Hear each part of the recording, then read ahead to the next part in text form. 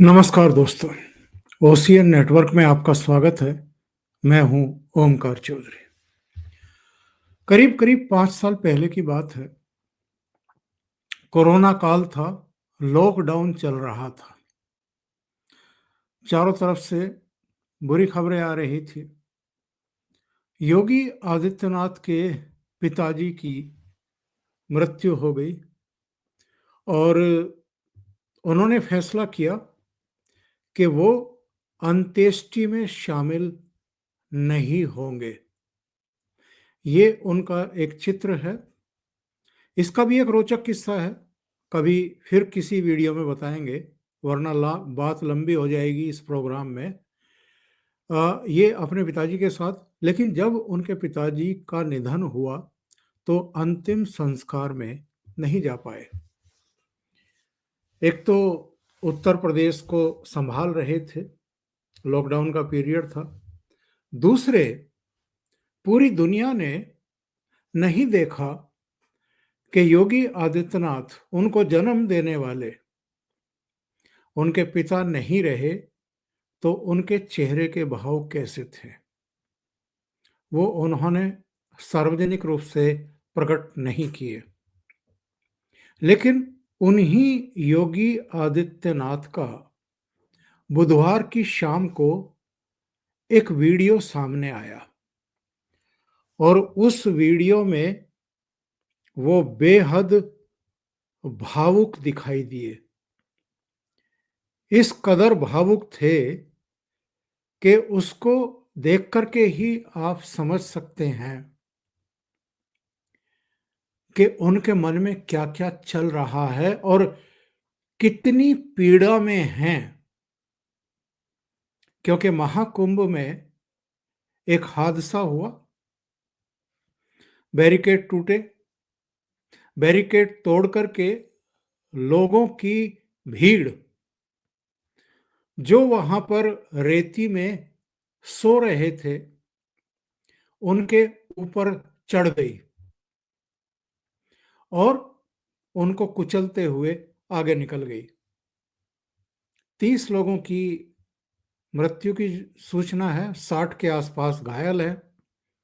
घायलों का उपचार अस्पताल में चल रहा है।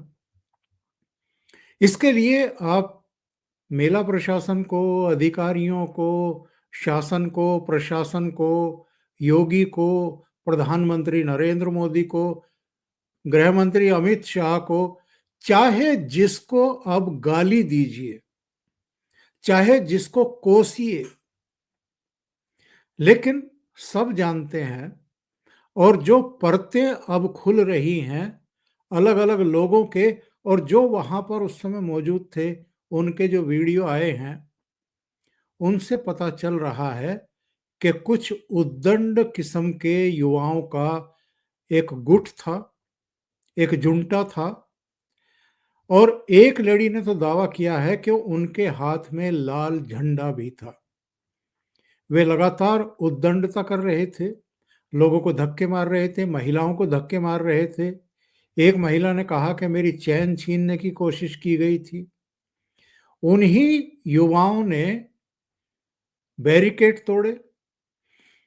पुलिस और प्रशासन के अधिकारी लगातार कह रहे थे कि सब व्यवस्था के अनुसार चलें, जैसे कहा जा रहा है वैसे बिहेव करें।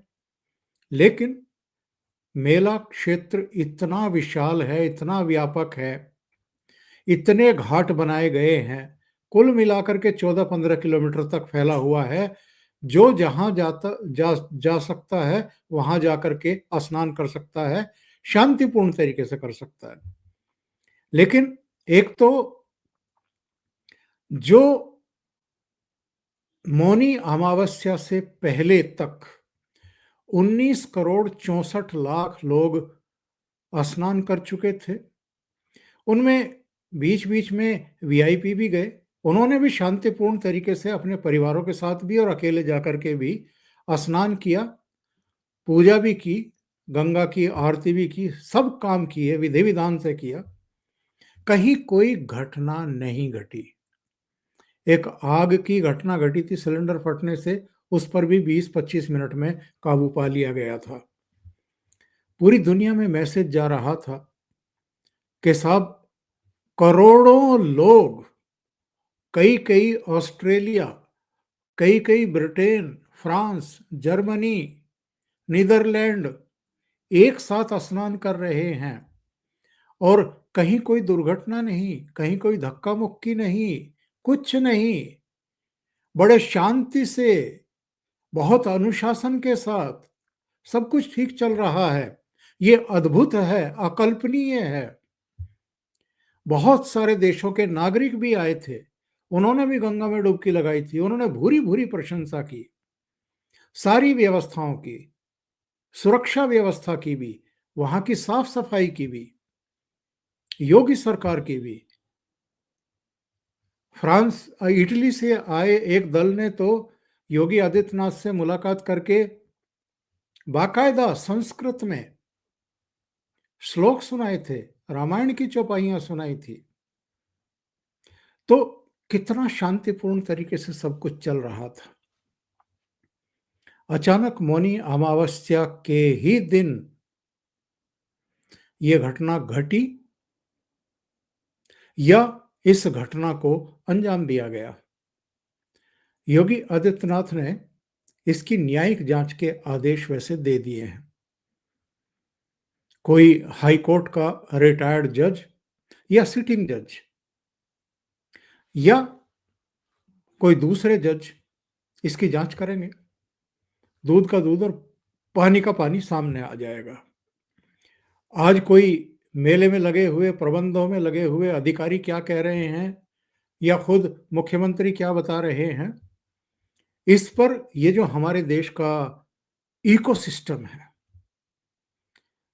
मीडिया के भीतर भी, मीडिया के बाहर भी जो लोग बैठे हुए हैं और जो गिद्ध दृष्टि बनाए रखते हैं, और कुछ कौवा प्रवृत्ति के लोग जो कांव कांव कांव कांव करते ही रहते हैं, जिनको कुछ नहीं मिलता है तो वो शिट करेंगे किसी के सिर पर और उड़ जाएंगे, भाग जाएंगे कांव कांव करते हुए। इस प्रवृत्ति के लोगों की भी हमारे देश में कोई कमी नहीं है।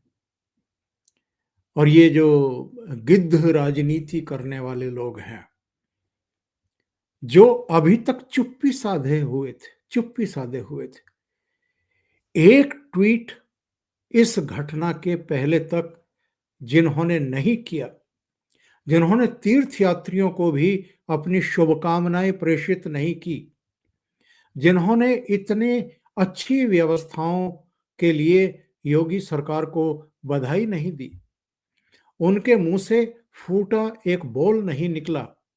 और अखिलेश यादव तो खुद 3 दिन पहले डुबकी लगा करके आए हैं, इसके बावजूद व्यवस्थाओं को लेकर के उन्होंने कोई प्रशंसा नहीं की। तो मेरे कहने का आशय सिर्फ ये है कि वो योगी आदित्यनाथ इस घटना के बाद भीतर से किस कदर हिले हुए हैं। जब वो 30 के मरने की पुष्टि करने के लिए मीडिया के सामने आए और 60 के घायल होने की आधिकारिक फिगर दी, तब इतने भावुक हो गए बोलते बोलते। मैं आपको वो दिखा देता हूं और सुना भी देता हूं।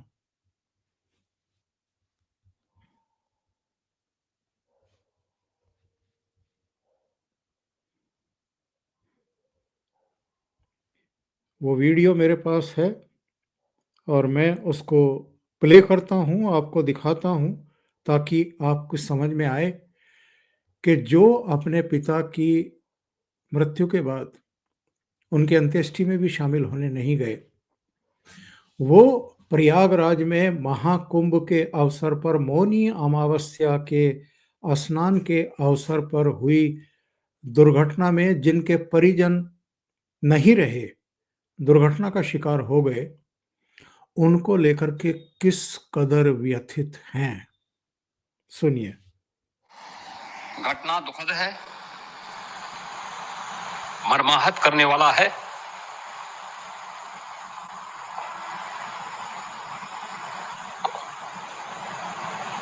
उन सभी परिजनों के प्रति हमारी पूरी संवेदना है। हम लोग रात्रि से ही लगातार प्रशासन के संपर्क में है। मेला प्राधिकरण, पुलिस प्रशासन, एनडीआरएफ, एसडीआरएफ,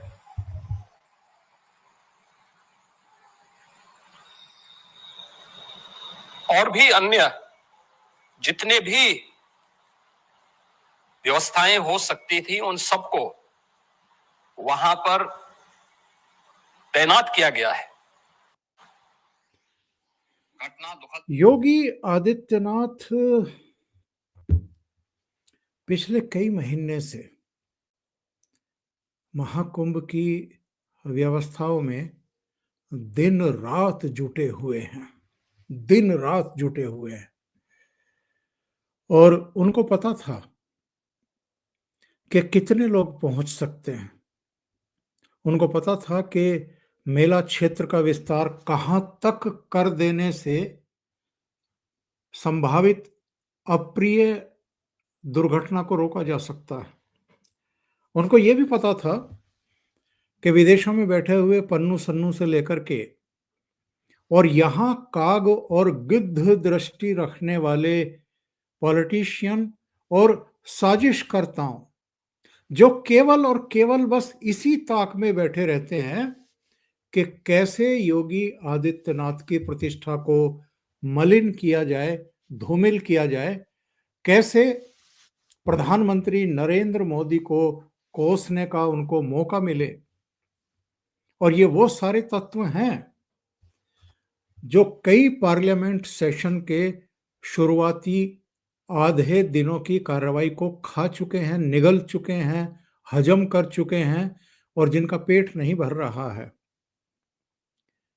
जो देश में वो पेड़ में जो एक घुन लग जाती है, जो दीमक लग जाती है, उस तरह का काम कर रहे हैं, देश को खोखला कर रहे हैं। देश के विकास की, देश की जो प्रतिष्ठा है उसकी ऐसी तैसी करने पर लगे रहते हैं। और जो व्यवस्थाओं पर सवाल खड़े करके और ये साबित करना चाहते हैं कि साहब इतनी बड़ी संख्या में लोग तो आ गए लेकिन ये लोग उनको संभाल नहीं पा रहे हैं। मैंने जो आपसे कहा था कि बहुत सारे लोग, बहुत सारे अराजक तत्व उस समय मौनी अमावस्या के शुभ स्नान के मुहूर्त से 1.5-2 घंटे पहले उस भीड़ के भीतर सक्रिय थे और गुंडागर्दी करने पर उतारू थे। ये सब किसके भेजे हुए थे? ये तो न्यायिक जांच होगी तो बहुत सारे तथ्यों का खुलासा होगा। ये किसी से छिपेगा नहीं। ये साजिश किसकी थी? ये कौन थे? क्योंकि वहां सीसीटीवी कैमरे लगे हुए हैं, ये लोग बच तो पाएंगे नहीं। और कुछ विजुअल्स आ भी गए हैं कि किस तरीके से बैरिकेड्स को लांघा जा रहा था, तोड़ा जा रहा था।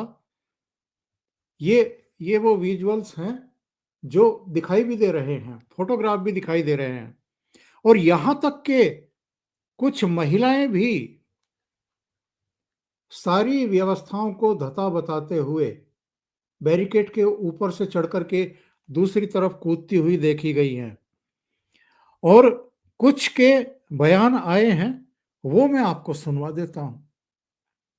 क्या बता रहे हैं वो, उससे आपको अंदाजा हो जाएगा और परतें खुल जाएंगी दिमाग की कि साहब ये हुआ नहीं है, कराया गया है। सुन लीजिए।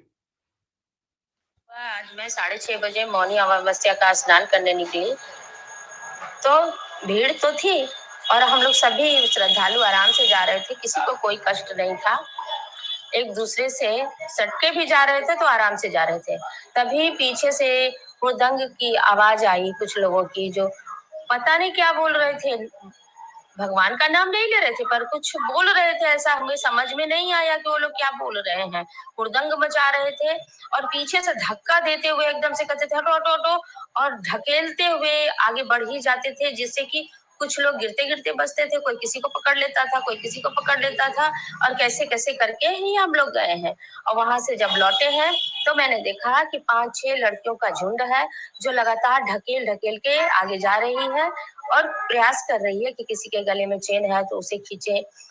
मैंने पूछा कि क्या आपने नहा लिया है? बोली नहीं, मैं नहाई नहीं हूँ, मैं यहाँ की लोकल हूँ और मैं ये देखने आई हूँ कि कितनी भीड़ जा रही है। मुझे भी आश्चर्य हुआ, इतना सवेरे सवेरे देखने का क्या मतलब है? ये सुबह 6:30 बजे की बात बता रही हैं। घटना के भी 4 घंटे बाद की सूचना दे रही हैं कि तब भी वहां गुंडागर्दी चल रही थी, इस घटना होने के बाद भी। एक और सुनिए। तो वहाँ पे कुछ लोगों ने भगदड़ की है, शासन भगदड़ हुई है, वैसे नहीं हुई है भगदड़, बड़े आराम से लोग जा रहे हैं। एकदम से एक तो ये प्रशासन की ये कमी थी कि वहाँ उन्होंने वन वे खोल रखा था, रोड जो था ना एक ही रोड खोल रखा था। तो नहीं, कुछ लड़के थे एकदम से भगदड़ कर रहे थे, उन्हीं के कारण ये भगदड़ हुई है। कुछ ऐसे थे जो जानबूझ के कर रहे थे।